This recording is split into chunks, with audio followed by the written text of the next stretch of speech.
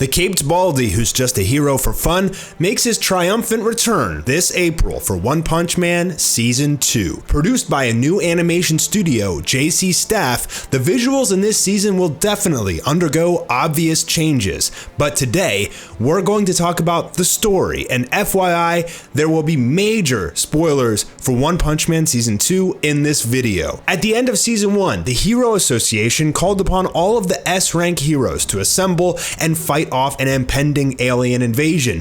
Boros, the leader of the Galactic Pirates, was defeated at the hands of Saitama, and a new arc of the story begins. This time around, we will be introduced to the Monster Association. This arc is vastly longer than Season 1 in terms of story. While Season 1 encompassed 37 chapters of the manga is currently at chapter 104 for the second arc, and still counting. There are two main antagonists in the Monster Association arc, the leader of the monsters, Lord Orochi, and the anti-villain Garou, also known as the Hero Hunter. This season's main emphasis is on the S-rank heroes and Garou, diving into their personalities, strengths, and abilities. We get a variety of character development. We'll dive into them in a little bit, but first, let's see what happens right after Boros was defeated, where the show left off. This season dives into the stories of the majority of the S-rank heroes, starting off with King, S-rank number 7, Earth's strongest man. King actually may not have any powers at all. From simply being in the area where Saitama defeated powerful enemies, the Hero Association contributed the victory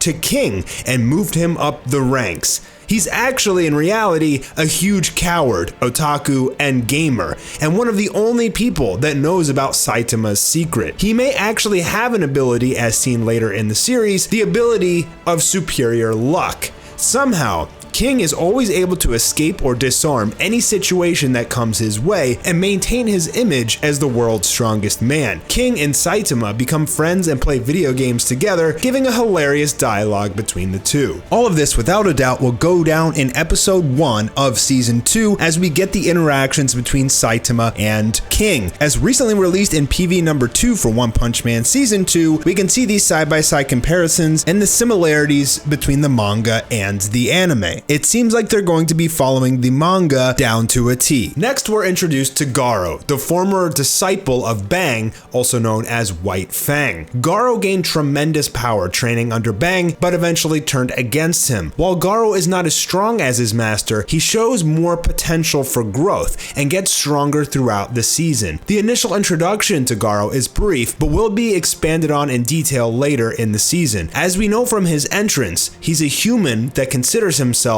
a villain. Saitama has a run-in with Fubuki, aka Blizzard, the younger sister of Tatsumaki, aka Tornado, the S-rank number 2. She's the leader of a B-class hero group, and while not as strong as her older sister, does have a decent amount of screen time in the upcoming chapters. However, Blizzard's fight with Saitama gets interrupted as Sonic and Genos square off. It's a short-lived but dynamic and compelling fight, definitely one to raise the heartbeat of viewers. Sonic shows Saitama his ultimate technique, tenfold funeral, in which he moves so fast that he creates 10 after images of himself. However, Saitama shows his after image technique, serious sideways jumps, creating literal hundreds of after images of himself, and it's so fast that it literally knocks out Sonic cold. We jump back to Garou, who has begun his quest to take down all S-rank heroes. Starting with Tank Top Master, he's losing the fight, taking severe blows causing him to cough up blood. However, Garou is one that seems to get stronger the more he fights. With an iron will, he never gives up, and he usually manages to pull through after suffering quite a bit of damage. Reluctant to use his master's technique, the Fist of Flowing Water, Crushed Rock, he takes out the entire Tank Top crew single-handedly. He also took out Moomin Rider and Charanko, Bang's white belt novice and only pupil that's left. In the hospital, Charanko asks Saitama to take his place in a super fight tournament of martial arts, as the winner will receive $3 million. Or possibly that could be yen, which will come out to around $27,000.